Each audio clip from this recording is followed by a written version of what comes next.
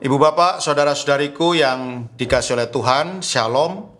Selamat berjumpa kembali dalam Renungan Harian Katolik Paroki Tomang, Jakarta. Hari ini hari Rabu, tanggal 24 Juli tahun 2024. Tema renungan kita hari ini adalah mengusahakan tanah batin yang subur.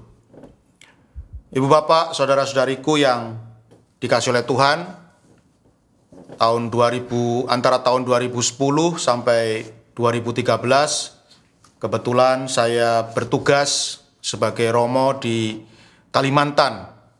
Dan ketika saya datang, ya karena lahan atau tanah paroki itu sangat luas sekali. Jadi tanah gereja itu sangat luas sekali, ya kira-kira 2 hektar. Dan masih kosong. Maka saya pun kemudian berinisiatif untuk menanami tanah yang begitu luas dengan bermacam-macam tanaman. Tetapi akhirnya ya saya pun harus merasa kecewa karena apapun tanaman yang saya tanam itu gagal semua. Ya akhirnya mati dan karena tidak bisa bertumbuh dan berkembang dengan baik. Nah, inilah yang mungkin Bapak Ibu saudara-saudari juga sering mendengar, ya. Inilah jenis tanah yang disebut sebagai tanah gambut, ya, tanah yang sangat asam dan tidak subur, dan ya apapun yang ditanam itu pasti akan gagal. Tetapi luar biasa ketika saya pergi ke biara Suster Karmel yang ada di wilayah paroki kami saya sungguh merasa terheran-heran. Mengapa? Karena tanah di biara itu, ya tanah di biara susteran itu sungguh sangat subur dan ada bermacam-macam tanaman yang ditanam di sana. Dan suster pun seringkali mengirim ya buah-buahan untuk para romo di pastoran. Ya, ada mangga, ada pepaya, ada pisang, ada manggis, ada rambutan, dan lain sebagainya. Nangka, durian, wah pokoknya tanah di susteran itu sungguh tanah yang sangat subur. Maka ini membuat saya sangat terheran-heran. Mengapa tanah kami di sekitar gereja itu tidak bisa ditanami sama sekali, tetapi tanah di biara susteran itu sungguh sangat subur dan menghasilkan banyak buah-buahan yang sangat enak dan manis. Dan kemudian suster pun menjelaskan kepada saya, dia menjelaskan bahwa sebenarnya dulu kondisi tanah di biara itu sama dengan kondisi tanah di gereja, jadi sama-sama tidak subur, sama-sama tanah gambut. Tetapi kemudian para suster itu ya setiap hari mencangkul dan mengolah, mengaduk-ngaduk tanah itu, dan sembari terus menyiram tanah itu dengan air, ya. Juga diberi pupuk kandang, ya. Jadi kotoran sapi, kotoran kambing, ya disebarkan, juga kotoran ayam, ya disebarkan di lahan mereka, dan terus begitu seperti itu setiap hari dicangkul, disirami, lalu diberi pupuk kandang terus, ya kira-kira, dan itu membutuhkan waktu yang sangat panjang, sangat lama, ya kira-kira sekitar 1 tahun, ya. Setiap hari suster bekerja seperti itu, dicangkul, diaduk-aduk, disiram air, dan diberi pupuk kandang. Dan alhasil, ya hasilnya kemudian sungguh luar biasa. Tanah itu pun menjadi tanah yang sangat subur. Ibu bapak, saudara-saudariku yang dikasihi oleh Tuhan, dalam Injil Matius bab 13 ayat 1 sampai dengan 9 yang dibacakan dalam perayaan Ekaristi hari ini, Tuhan Yesus memberikan sebuah perumpamaan. Dia memberikan perumpamaan kepada kita bahwa hati kita itu bisa diibaratkan seperti tanah. Ya, hati kita ini bisa diibaratkan seperti tanah. Dan benih sabda Tuhan itu sama dengan benih-benih yang ada di dunia ini, ya, benih-benih tanaman biasa. Ketika kita memiliki hati yang subur, ketika kita memiliki tanah hati yang subur, maka benih sabda Tuhan pun akan bisa tumbuh dan berkembang dengan subur di dalam hati, di dalam tanah batin kita yang subur.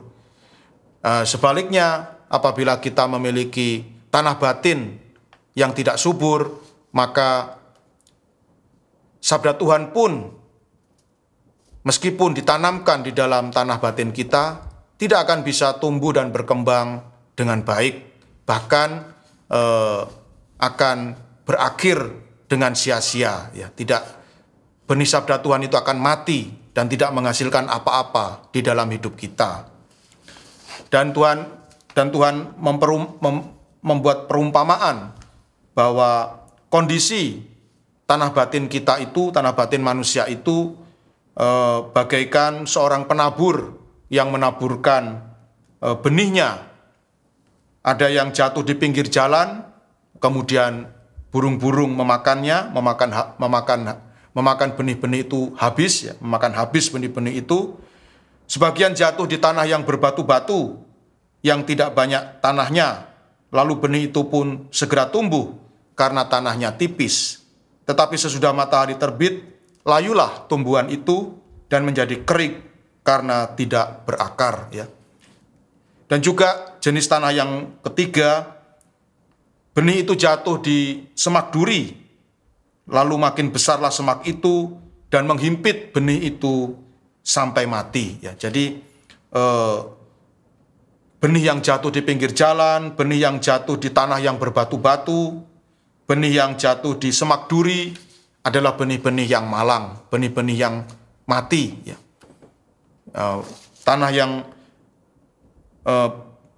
di pinggir jalan, tanah yang berbatu-batu, juga semak duri melambangkan tanah batin manusia yang tidak subur. Sebaliknya, ketika benih itu jatuh di tanah yang baik, maka benih itu pun akan berbuah. Ada yang 100 ganda, ada yang 60 ganda, dan ada yang 30 ganda. Inilah benih yang beruntung. Inilah kondisi tanah yang subur, yang dimana setiap benih yang ditanam pasti akan bertumbuh. Nah, ibu bapak, saudara-saudariku yang dikasihi oleh Tuhan, maka terjawablah sudah mengapa seringkali benih sabda Tuhan itu tidak bisa bertumbuh dan berkembang dengan baik dalam hati manusia, karena tanah batinnya tidak subur. Tanah batinnya sungguh tidak cocok untuk ditanami, untuk dimasuki atau ditanami oleh benih sabda Tuhan. Dan sebaliknya, benih sabda Tuhan yang tumbuh subur di hati manusia dan menghasilkan banyak buah, berarti dia tumbuh di tanah batin yang subur. Ibu bapak, saudara-saudariku yang dikasihi oleh Tuhan, tentunya kita semua menginginkan setiap kali Tuhan menaburkan benih sabdanya ke dalam hati kita, maka benih sabda Tuhan itu boleh bertumbuh dengan subur dan boleh berkembang dan boleh berbuah dengan lebat dan menghasilkan buah yang enak dan manis, yaitu rahmat Tuhan yang luar biasa di dalam hidup kita. Oleh karena itu, kita harus mengusahakan tanah batin yang subur. Sebagaimana tanah duniawi, meskipun tanah itu awalnya tidak subur, tetapi dengan ketekunan dan kesabaran terus diolah, maka tanah duniawi itu seperti tanah di biara Suster Karmel tadi, akhirnya bisa menjadi tanah yang subur juga dan bisa menghasilkan buah yang melimpah, buah yang enak, buah yang manis, dan setiap kali tanaman ditanam di tanah itu akan bertumbuh dengan baik dan dapat berkembang dengan baik pula. Maka tidak ada kata tidak mungkin, ya, tidak ada kata tidak mungkin bagi kita semua apabila kita ingin mengusahakan tanah batin yang subur. Mari kita olah tanah batin kita masing-masing dengan penuh kesabaran, dengan penuh ketekunan, yaitu melalui doa, melalui kontemplasi, melalui permenungan akan sabda Tuhan yang terus kita lakukan setiap hari dengan tidak jemu-jemunya. Terus setiap hari berdoa, setiap hari merenungkan sabda Tuhan, setiap hari berkontemplasi, merenungkan kehidupan dengan penuh kesabaran dan ketekunan, maka yakinlah tanah batin Anda pasti akan menjadi tanah batin yang subur, dan benih sabda Tuhan boleh tumbuh dengan subur dan boleh berkembang, boleh berbuah lebat di dalam hidup Anda masing-masing. Oleh karena itu, Ibu Bapak, Saudara-saudari yang terkasih, mari kita bersama-sama mengusahakan tanah batin yang subur. Terus kita olah tanah batin kita ini dengan doa, dengan kontemplasi, dan dengan permenungan atas hidup dan sabda Tuhan. Tuhan memberkati.